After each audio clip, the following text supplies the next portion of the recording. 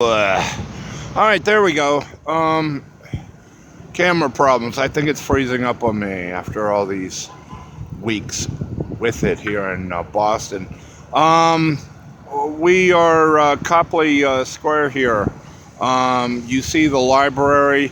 It is 8 a.m. It is peak rush hour time here in Copley Square, and you see no one. Absolutely no one by the church over there. And furthermore, there is nobody over by the library there. Buses are standing still. Buses that would now be 2 or 3, behind schedule are like bored and sitting there looking for passengers. There are no passengers. Why? Because Boston today is expecting not a blizzard of old. That's so old school. Oh, they have a blizzard in Boston. No, what they're predicting today, and what has brought the newscasts out from all over the country, is that today Boston, among a lot of New England areas, is going to have like a snow bomb or a huge cyclone of cold here in Boston. Okay, they're expecting about a foot of snow later this afternoon. They're expecting temperatures to drop to the teens, if not the single digits. And on top of all that fun and excitement, they're expecting winds to pick up here to 50 miles per hour. So, okay, if you want to know what a cyclone bomb looks like, there it is. It's 11 in the morning here, and the cyclone bomb has reached at least Medford. The train's empty. I noticed the orange line coming in here. It was millennial-less. It was minus millennials. So there it is. I'm at a bus shelter waiting for a bus that might or may not come, depending on, my experience getting out here this morning. But yeah, so I've gone into the wild. The hope was to make something of this day, to do something productive. I was thinking of spending some time at the gym and soaking there with a little electric and a little Wi-Fi, and downloading something from Netflix to spend my time with at the shelter tonight. But nothing is open, just some stale baked goods at the local grocery store here, and that's it. I mean, everything is reduced to nothing.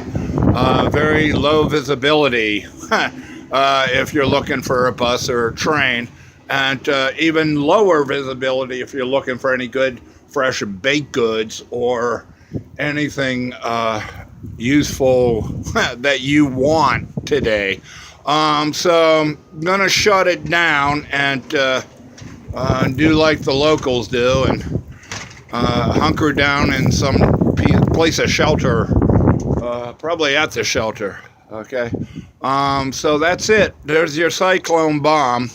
And boy, I tell you, it is interesting, if not frustrating. But nor'easter number 2, if you're counting at home,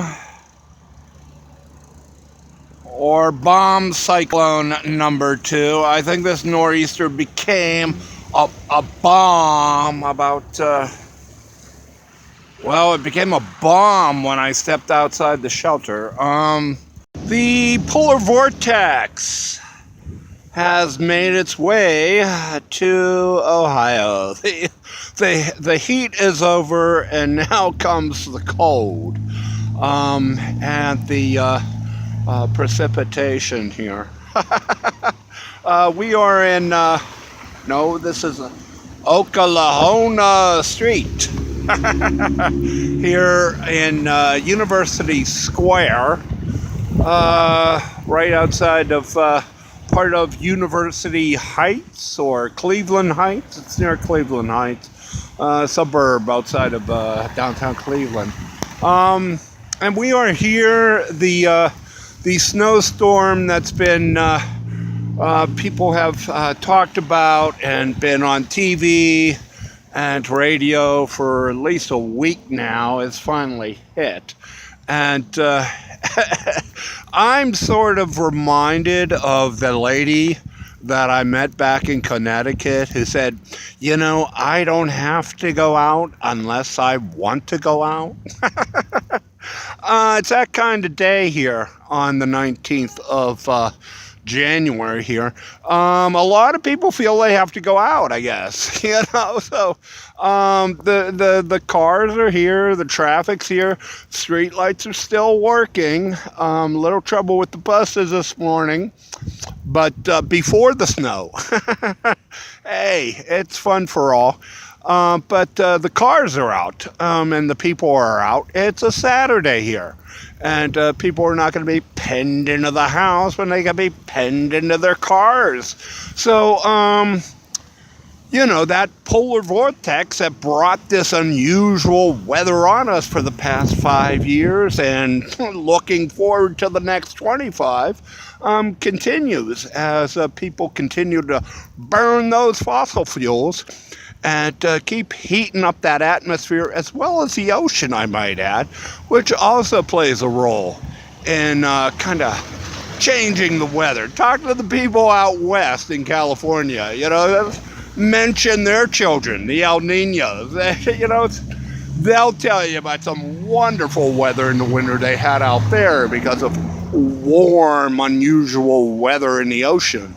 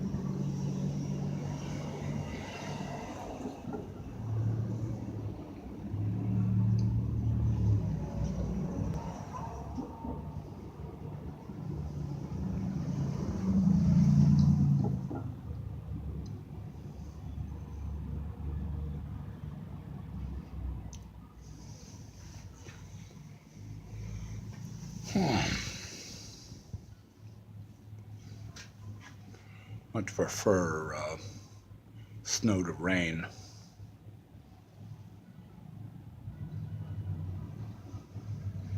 Because in the winter, snow can actually be warmer, ironically. And it's certainly easier to manage than rain, water.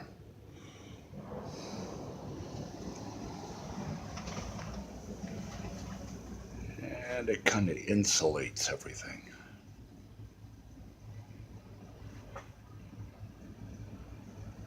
If the shelter here at 7 o'clock at night on Sundays, not enough. Being the mountain man that I am forever looking for the occasion to get away from the city that I'm in at a time and try to find the hills, so to speak, and kind of get away from the traffic, congestion, and urbanity of the city and head for the hills, whether it's Memphis with Overland Park or Pittsburgh with Frick Park. You know, I'm always looking for an escape from the the concrete for something a bit more organic. Um, Needless to say, in Boston, there's plenty of this kind of space. The commons and the public gardens, of course, come to mind, but a bit too holiday of that, and it's still want to step further out and away from that, especially after you've done it. That has to be first. But I read about this in one of the local papers the other day. This is the Arnold Arboretum, and it's jointly owned by Harvard and the city of Boston. Okay, they have like labs here. I think there's a Jewish hospital somewhere around here or something like that, and it's all surrounded by homes. But the arboretum is a sight to see even here in January. You can find solace here, and certainly with the snow falling on this mid-January day, it makes this place that much more quiet and peaceful. Okay. The problem is, of course, you miss the arboretum. You miss the purpose of the arboretum, and I can only imagine what this place is like in July. Um, Sunrise in Hartford. You're on a cold January morning. We are astride the stage here, the theater stage, in Bushnell Park, right down from the Capitol and part of the Bushnell Park. We were last here at the Jazz Festival, I think, 2 years ago. I think it was 18 that we were last in Hartford. But we are here this January morning to mark another anniversary that I was reminded of when I read my hometown paper this morning. Today is the 40th anniversary in Pittsburgh and surrounding areas of a terrible event that happened in Pittsburgh and throughout the Pittsburgh area. It became known as the Kill for Thrill killings, and it was titled the Kill for Thrill Spree, and two guys kind of went on a rampage and in downtown Pittsburgh and around Pittsburgh area, and to the people of the community in Pittsburgh and around, the chief murder they did was an Apollo police officer. But their kind of joyride for me was a little bit personal, because they killed a former teacher of mine named Bill Nichols, who taught music at St. Anselm High School. I remember Bill, or Mr. Nichols, as I called him, and just do a little memoriam here for him this sad anniversary here in front of the stage of the Hartford Theater, the state capitol.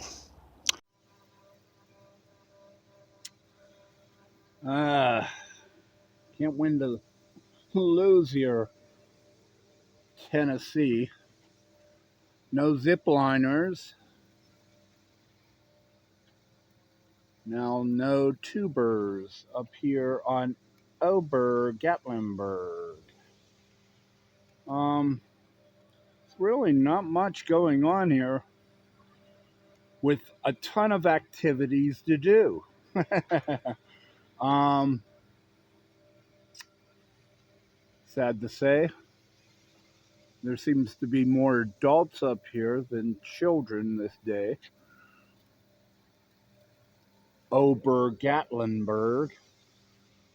This is a snowmaker um, for what I assume will be the tubers here for the tubing park.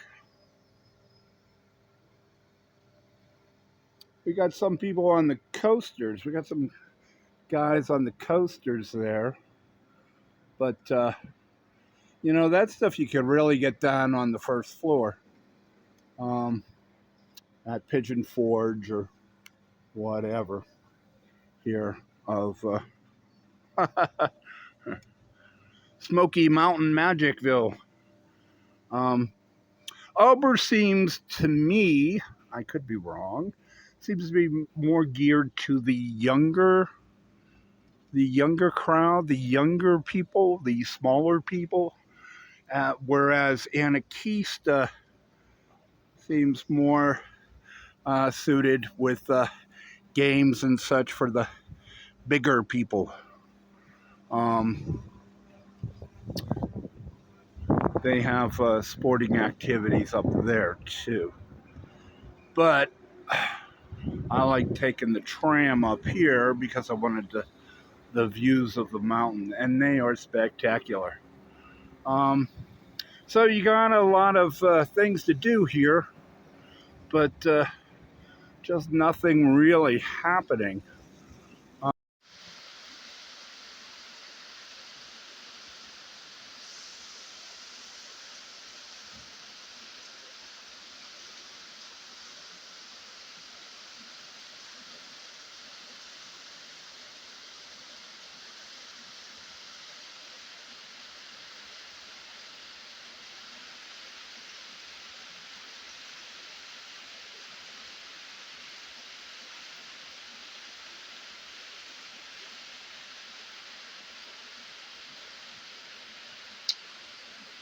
I must say, in all my years coming through Nashville, I have never, ever seen the snow this bad.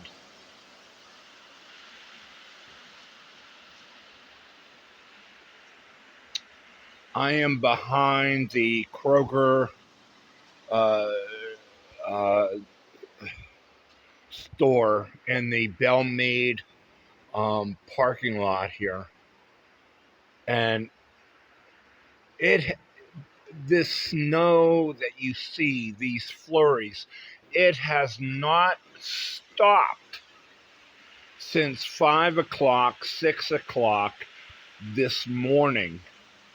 It has been snowing like this since 5 o'clock this morning. It is now 3 in the afternoon here in Belmead, and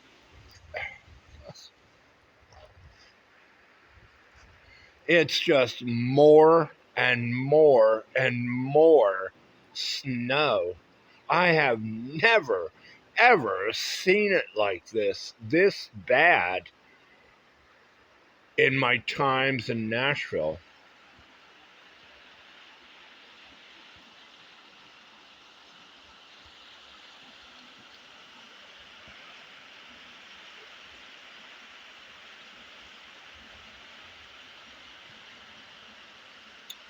The old Richland Creek is going to get fat and deep tonight.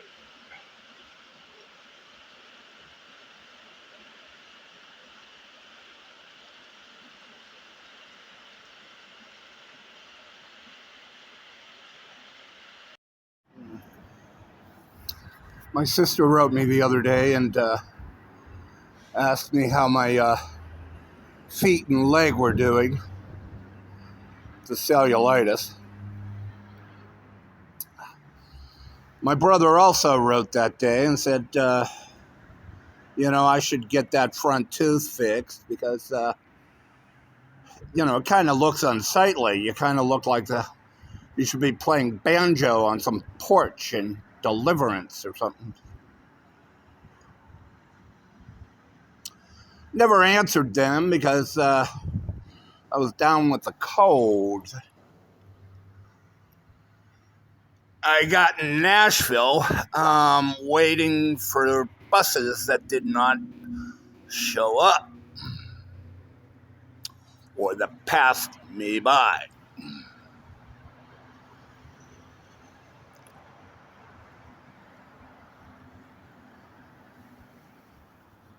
Another morning in America here on the road.